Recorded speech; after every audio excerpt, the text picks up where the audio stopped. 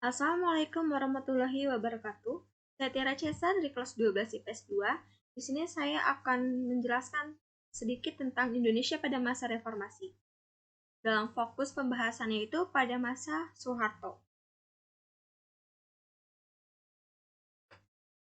Pertama, definisi reformasi. Reformasi adalah perubahan radikal untuk perbaikan dalam suatu masyarakat atau negara. Nah, apa aja sih kelebihan-kelebihan pada masa reformasi? Yang pertama itu adalah kebebasan bicara dan berpendapat melalui berjalan. Pemberantasan korupsi sudah mulai berjalan walaupun masih banyak kendala. Persaingan ekonomi yang lebih terbuka dalam beberapa sektor ekonomi. Era keterbukaan atau sampai minta uang pelicin pun terang-terangan. Daerah bisa mengembangkan potensi daerahnya masing-masing dan kebebasan pers lebih terjamin. Nah, di sini juga ada latar belakang munculnya reformasi dan kejatuhan Orde Baru. Yang pertama yaitu tidak konsisten dan konsekuen melaksanakan Pancasila dan UUD 1945 secara murni. Ketidakadilan di bidang politik, ekonomi, dan hukum, kebebasan pers dibungkam, tidak berjalannya demokrasi. Nah, di sini ada faktor penyebab reformasi, yaitu ada krisis ekonomi, krisis politik, dan krisis kepercayaan.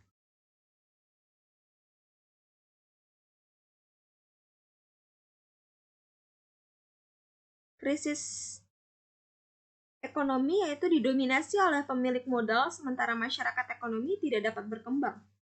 Krisis politik terlihat dari kekuasaan yang dikuasai oleh kelompok-kelompok tertentu, dan juga ada krisis kepercayaan, yaitu kondisi yang terjadi dalam negeri di mana masyarakat Indonesia tidak lagi mempercayai pemerintah yang tengah berkuasa mampu memperbaiki kondisi negara yang tengah dilanda masalah.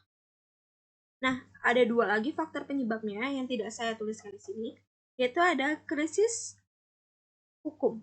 Penerapan hukum hanya berlaku bagi masyarakat kelas bawah, sementara bagi kelompok kelas atau hukum dapat direkayasa.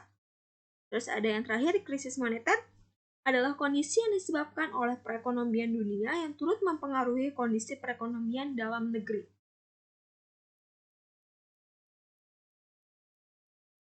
Nah, faktor apa aja sih yang terjadinya krisis moneter?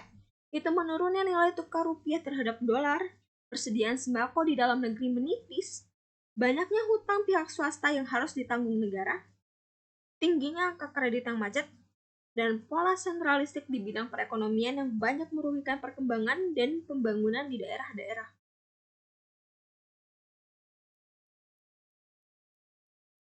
Nah, selain yang saya tuliskan di sini, saya juga akan menjelaskan sedikit tentang kronologi jatuhnya Orde Baru, yaitu terpilihnya Soeharto menjadi presiden melalui sidang umum MPR pada tanggal 1-11 Maret 1998, namun tidak memberikan dampak positif bagi perekonomian bangsa.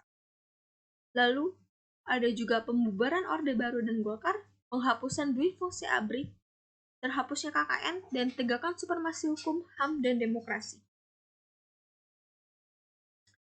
Saya di sini akan membahas juga tentang tragedi Trisakti yang menewaskan 4 mahasiswa. Yang pertama yaitu tanggal 12 Mei 1998, aksi damai mahasiswa Trisakti ke gedung MPR atau DPR dihadang oleh ABRI.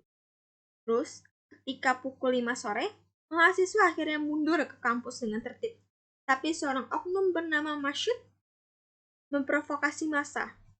Sekitar pukul 5:05 sore sampai setengah 7 malam, aparat memprovokasi massa yang mengakibatkan terjadinya kerusuhan, yang menyebabkan 4 mahasiswa tewas, yang bernama Elang Mulia Lesmana, Hendriawansi, Hafidin Royan, dan Heri Hertanto.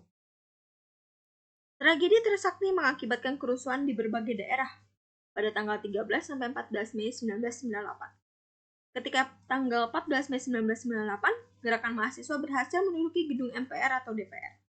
Akibat desakan dan tuntutan para mahasiswa, masyarakat, maka tanggal 21 Mei 1998 pada jam 10 pagi, Presiden Soeharto menyatakan berhenti sebagai presiden dan menunjuk wakilnya B.J. Habibie sebagai presiden yang diambil sumpahnya oleh Mahkamah Agung.